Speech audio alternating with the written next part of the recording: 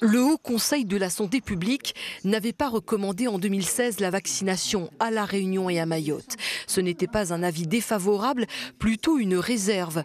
Le niveau d'endémicité n'était pas, selon lui, suffisamment important pour que le Dengvaxia soit efficient.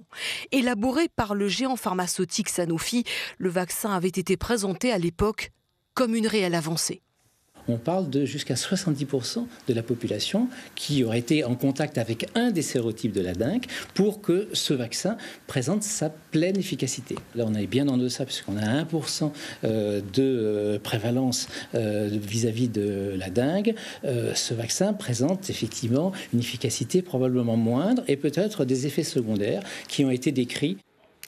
Le fabricant dit être habilité à commercialiser aujourd'hui le Dengvaxia, feu vert de l'Agence européenne du médicament, qui écrit elle-même dans une note, le 19 octobre dernier, que le médicament pourrait aggraver la maladie chez les personnes n'ayant jamais été infectées.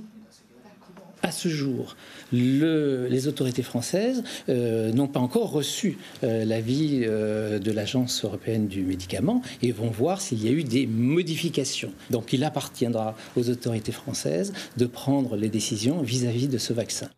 Les Philippines ont préféré suspendre en début d'année l'utilisation du Dengvaxia après le décès de plusieurs enfants.